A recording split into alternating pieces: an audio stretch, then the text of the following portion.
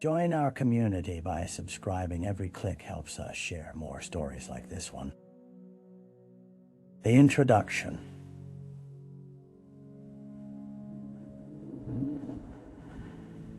On a balmy summer evening in late July 2001, the sun began to dip behind the horizon, casting elongated shadows across the once quiet streets of Maplewood. The air was thick with the mingled scents of freshly cut grass and the distant barbecues of families unwinding from the week. Children's laughter echoed through the neighborhood as dusk settled in, a cacophony of innocence contrasting sharply with the darkness yet to unfold. In this peaceful suburb, the McAllister family was preparing for a typical Friday night. 11-year-old Emma bounced on the toes of her sneakers, her excitement palpable as she daydreamed about the sleepover plan with her best friend Amy. Meanwhile, her mother, Linda, orchestrated the evening's chaos in the kitchen, cooking a quick meal while juggling the home phone and her youngest child, a wailing toddler in need of attention. When the clock struck 7 p.m., Amy's car pulled into their driveway, her mother offering a polite wave as the girls barely contained their enthusiasm. They scampered into Emma's bedroom, burying themselves under piles of pillows and giggling about their plans to stay up late watching movies and sharing secrets. But as the sun slipped under the horizon, the atmosphere in Maplewood altered. An unsettling stillness crept in, the laughter of the children fading into hushed whispers of unease. Somewhere out of sight, shadows lengthened, and a hidden reality began to unfurl, a truth that would soon shred the fabric of this tranquil community, shattering lives forever. On this seemingly idyllic night, the events were already set in motion, rippling through time in ways no one could yet comprehend. Emma McAllister's life and the lives of everyone around her were about to intersect with a darkness that would leave an indelible mark on Maplewood. The victim. Emma McAllister was a radiant girl, the kind who brings brightness even to the gloomiest of days. With soft chestnut hair that framed her cherubic face, she was a fixture in her neighborhood, a cheerful spirit known to all. Her laughter rang like wind chimes on a breezy summer afternoon. It was contagious, weaving a tapestry of warmth around her. Loved by friends and family alike, she was described as curious and adventurous, always eager to learn and explore. Emma had had hopes and dreams. Like any other child, she wanted to be a veterinarian, caring for animals and bringing smiles to the faces of those around her. As Friday night wore on, the atmosphere in the McAllister home was filled with the sound of muffled giggles and animated chatter. Amy and Emma sprawled across the floor, animatedly discussing everything from the latest pop stars to the mysteries of adolescence. Outside, the world was shrouded in the comforting veil of darkness. But within the safety of those walls, laughter thrived, lighting up the room. It was the following morning, however, that the laughter would be silent. At 9:30 a.m. on Saturday, Linda McAllister awoke to find the house disturbingly quiet. The sunlight streamed through the windows, but the absence of Emma's typical morning cheer was alarming. Linda stepped into the hallway, calling for her daughter, her voice tinged with growing concern.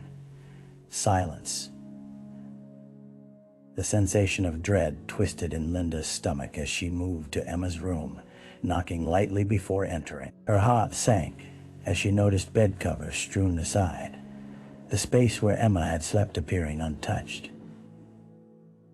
Amy's absence added to the unease. Usually, they hadn't left without telling anyone. Linda dashed downstairs, her panic escalating with every step, certainty gripping her with an icy fist. She dialed Amy's mother, her voice rising in urgency. Yet all she heard in response was the quiet after the line disconnected. This was more than just an innocent sleepover gone awry. Something was brewing, something sinister lurking just below the surface of a seemingly quiet suburb. Both little girls were missing. The crime scene. All at once, Maplewood transformed from a sleepy suburb into a hive of frantic activity.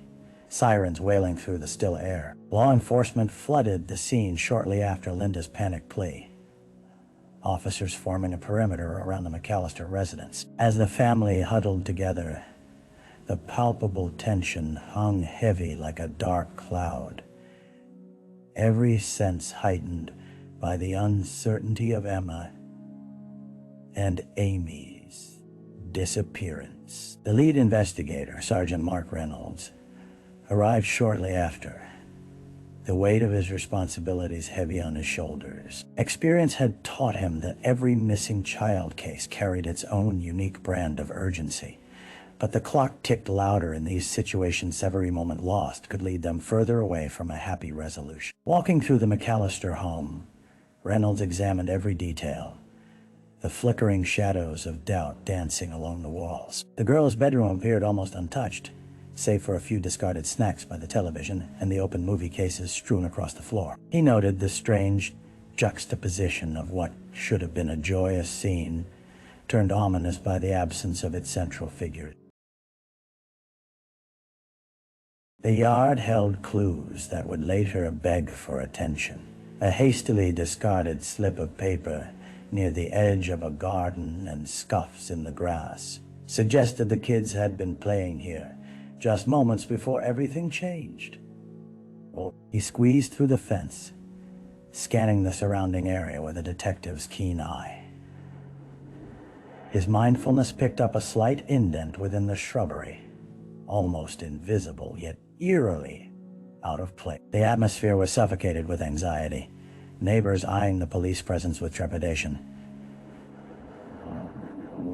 Whispers spread like wildfire, families pulling their children close, distrust woven through their eyes. Reynolds made contact with the community, gathering snippets of information that would eventually shape their understanding of the timeline. As he returned to the house, the realization dawned on him. There was no sign of a struggle within the McAllister home, no indication of a break-in. But somewhere, lurking in the shadows, was a hidden truth that would soon resurface, a discovery that could shatter the calm and forever alter the lives of those in Maplewood. The early investigation. The morning sun had inefficiently chased away the mist of panic that enveloped Maplewood, yet the sense of dread clung to the air like an unwelcome guest.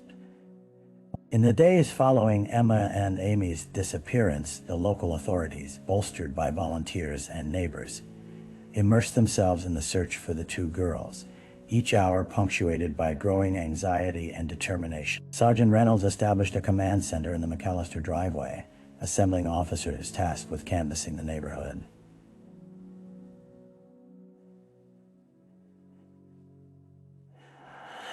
Flyers depicting smiling photographs of Emma and Amy adorned trees and storefronts, their innocent faces a stark contrast to the grim search that had commenced.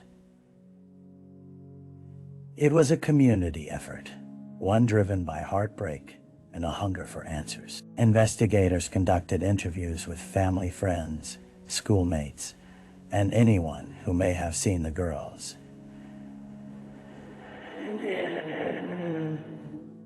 Hours preceding their disappearance, the town buzzed with speculation. Some whispered of abductions, while others clung to the possibility that the girls were merely lost and would soon return home.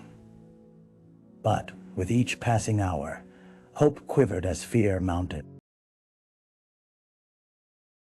Meanwhile, forensic teams scoured Emma's bedroom, meticulously examining every inch for clues that could lead them to the girl. Reynolds observed from a distance, his brow furrowed in concentration as experts swabbed surfaces for DNA and collected samples. A broken bracelet discovered beneath the dresser was swiftly placed in an evidence bag. Could it be a remnant from a struggle, or simply a forgotten trinket? Not far from the McAllister home, local schools joined the effort, urging students to be vigilant and report anything unusual. Principal Tom Davis addressed the concerned parents at a hastily organized assembly. Yet behind the podium, he could feel the collective worry creeping up the walls. His own daughter had played with Emma. As news spread, the media descended on Maplewood, their cameras capturing the heartbreak of a community deeply shocked by the loss of innocence. The scrutiny intensified with each report, and Reynolds found himself battling not just the search for answers, but the weight of public expectation. Time, like a merciless clock, marched on, and he knew he needed a breakthrough, something to pave the way back to Emma and Amy, before they became a forgotten whisper in the annals of a town in turmoil. The dead ends, as days turned into what felt like an agonizing eternity. The early bursts of community resolve began to wane, giving way to a chilling sense of desperation. The investigation into Emma and Amy's disappearance, initially invigorated by fervor, encountered a series of dead ends that left Sergeant Reynolds grappling with a heavy weight of frustration. The first few days brought in sightings. Witnesses claimed to have seen two girls walking toward the park, laughing and chatting. Each report sent chaos through command. Squad cars roared out on urgent missions, but each lead dissolved like fog under a morning sun. The park had been searched thoroughly, and the serene landscape offered no trace of the girls, leaving behind an eerie silence that resonated with the investigators. Residents began to fear they were living in the remnants of a nightmare, and Reynolds found the weight of their collective anxiety resting heavily on his shoulders. The absence of significant evidence began to gnaw at the edges of his resolve. Routine patrols yielded little more than sporadic notes of suspicious activity. Some residents claimed to have seen a dark van lingering at the outskirts of town. However, after an exhaustive review, no vehicle could be traced, and no viable information emerged. In the following weeks, tension mounted. Reynolds and his team conducted extensive searches of nearby wooded areas, following the trails that led into the sprawling wilderness surrounding Maplewood.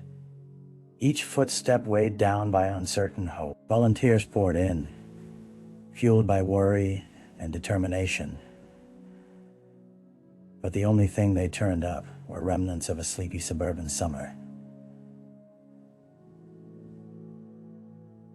Occasional abandoned bicycle or forgotten toys yet. Nothing resembling the girls. The media coverage intensified, making Maplewood the focal point of national attention.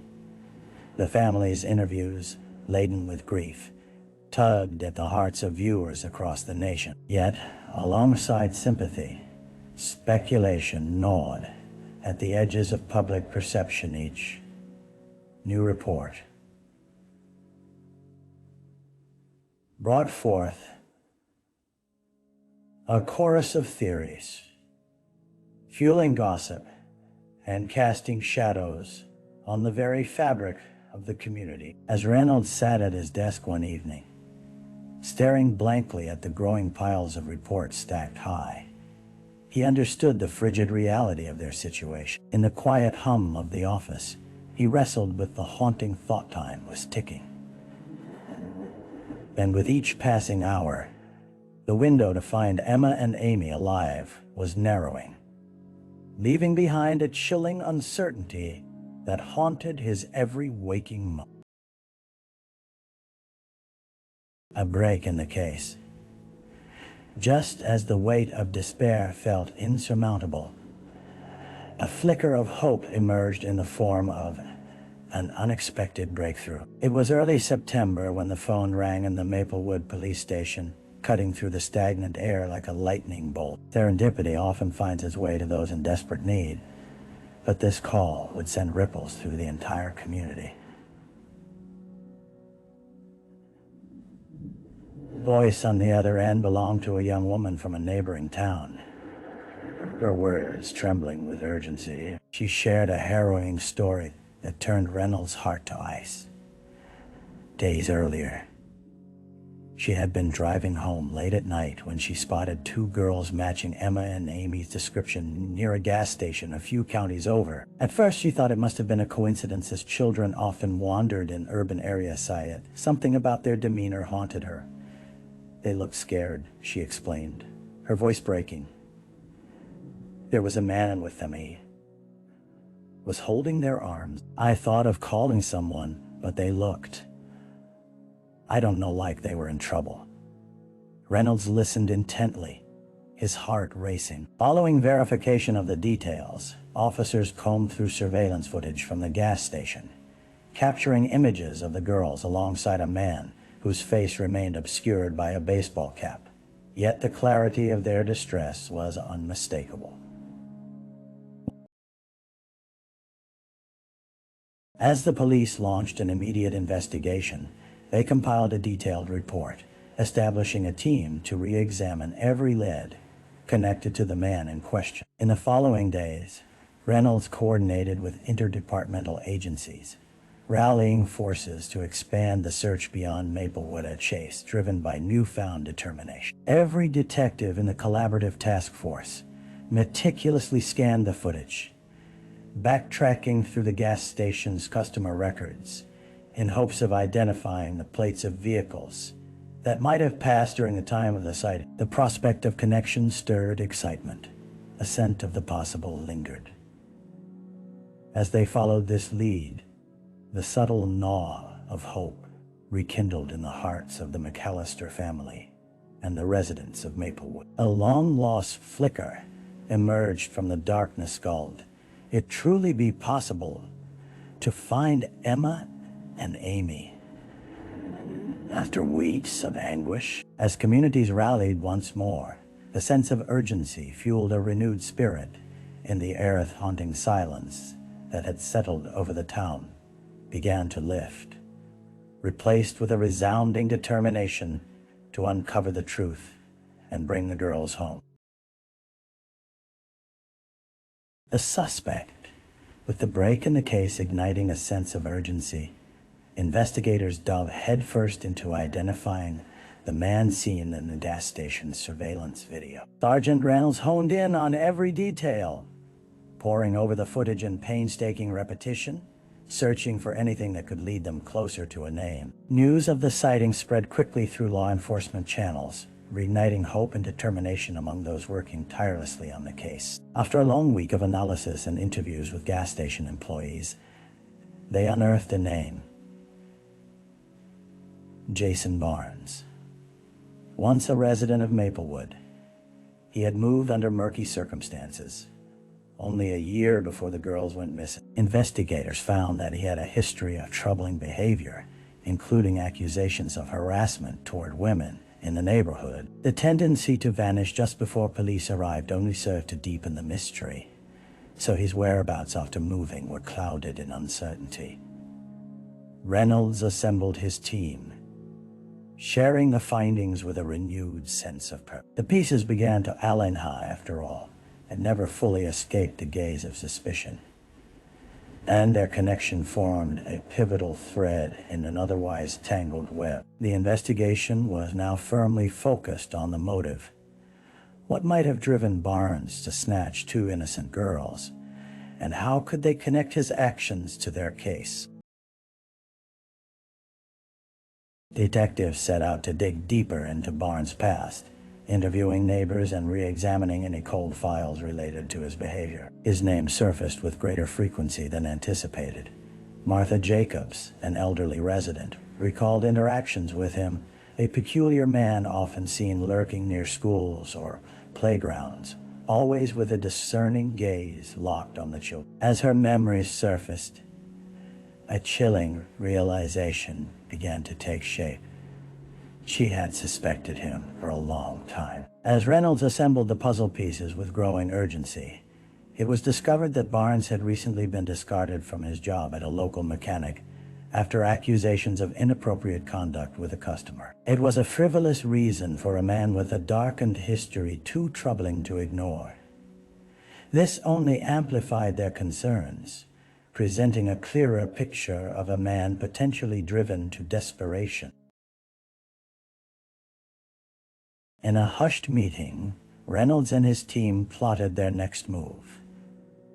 They assigned a surveillance team to watch Barnes' last known residence, hoping to catch a break that could finally point them closer to Emma and Amy. They understood the stakes. They could be racing against the clock, and Jason Barnes was now their most significant lead.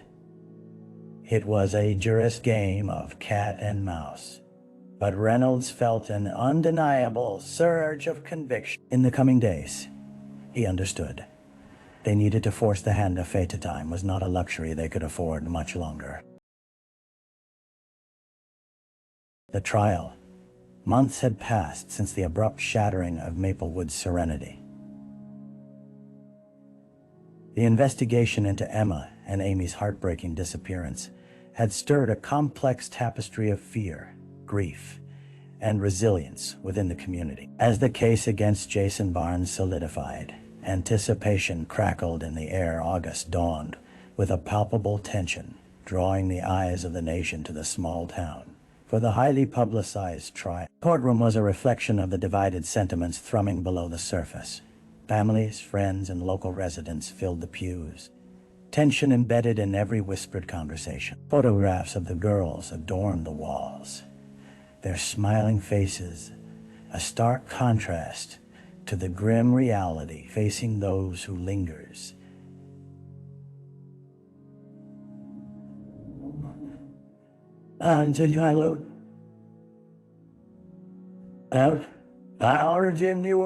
Linda McAllister sat at the plaintiff's table, her face a portrait of haunting determination, every passing moment a reminder of the loss she endured. Reynolds had prepared meticulously for this proceeding, aligning evidence and witness accounts to construct a narrative that would weave the truth together. Barnes stood stoically before the judge, his demeanor seemingly calm, but beneath it simmered a complexity.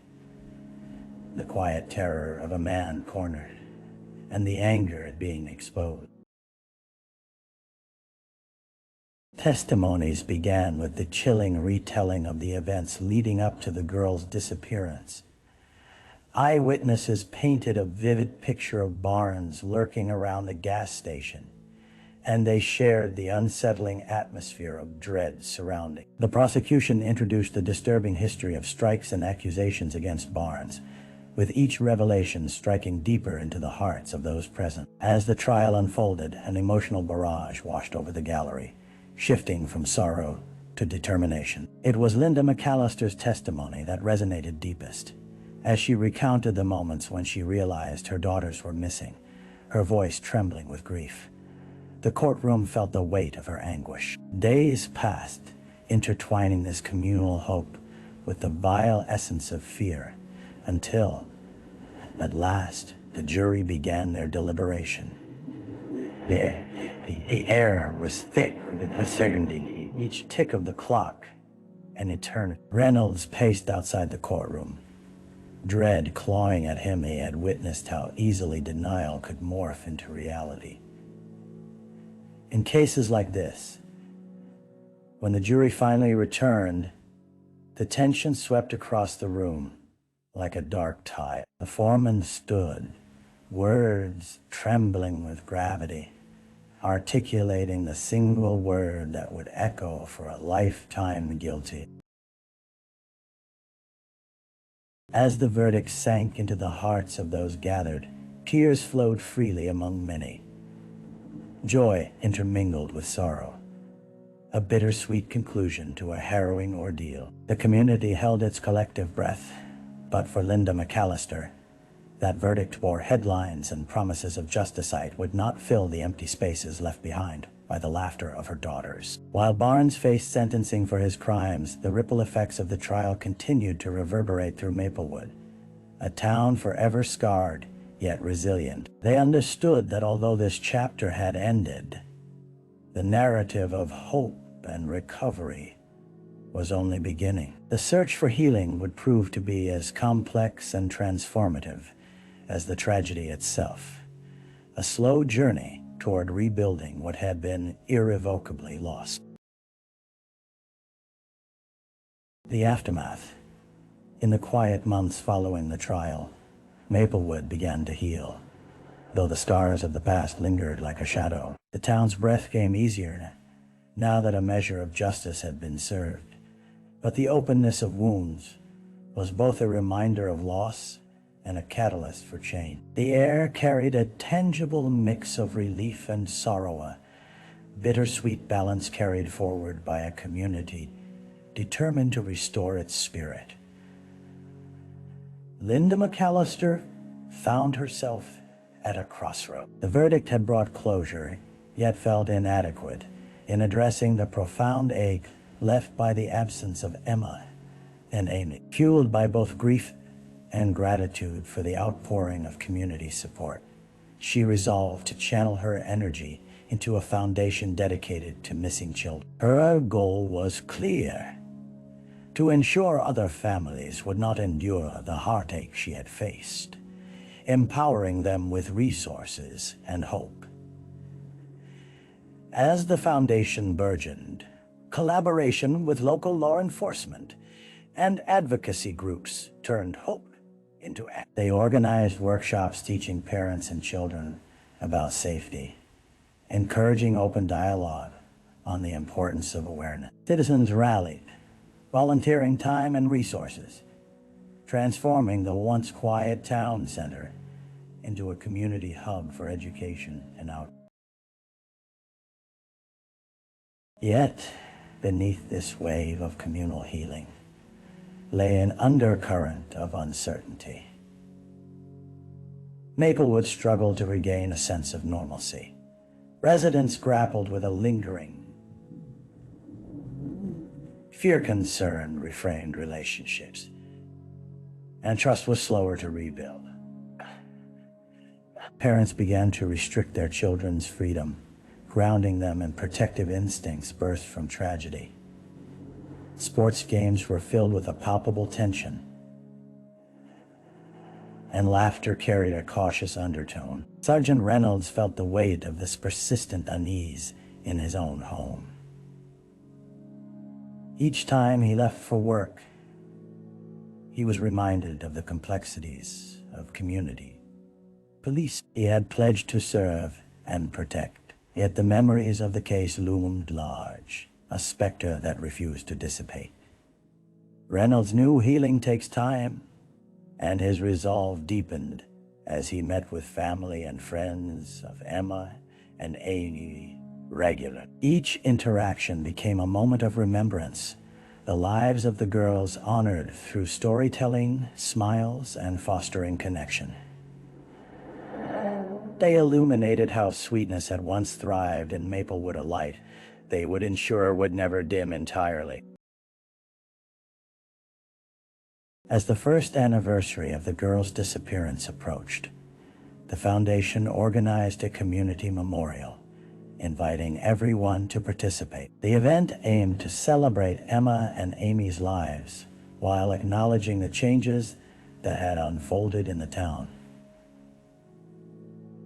The evening saw candles lit, their flickering flames representing the timeless love surrounding those who had loved and loved. As residents shared stories of joy and hope, it became apparent that while guilt and pain lingered in the backdrop, the strength of unity illuminated the path forward. In the heart of Maplewood, healing remained a shared journey, a commitment to carry the weight of sorrow together while nurturing the promise of a brighter future. The memory of Emma and Amy endured, embedded forever in the heart of a community willing to remember, to learn, and to love deeply despite the darkness of the past. Reflection. In the quietude that followed the memorial, the streets of Maplewood began to whisper a different kind of story.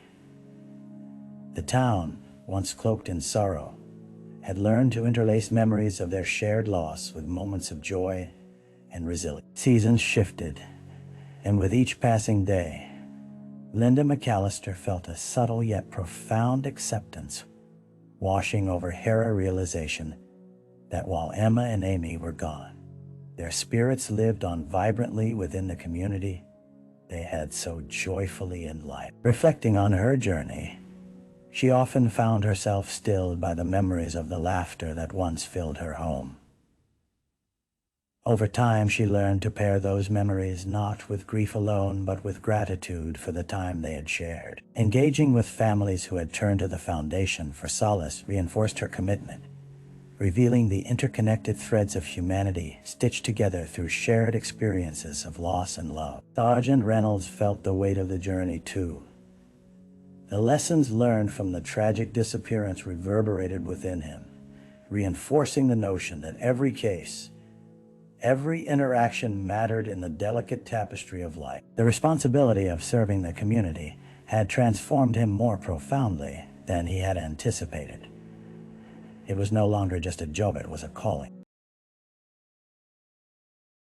With renewed purpose, he and Linda forged a unique partnership, working to foster awareness about missing persons and shining a light on prevention strategies statewide. Together, they organized community outreach programs that not only educated, but honored Emma and Amy's memories in inspiring ways, reminded by their laughter that the light of their lives would guide others towards safety and hope. As the sun dipped low on another beautiful day in Maplewood, both Linda and Reynolds found solace in laughter echoes of hope intertwined with memories long held dear. They knew the path ahead would continue to be fraught with challenges, yet they also understood that they were not alone. The strength of a community wrapped around each other formed a powerful bond that would endure through the ages, ensuring that the legacy of Emma and Amy would ripple through the hearts of many, forever illuminating even the darkest corners.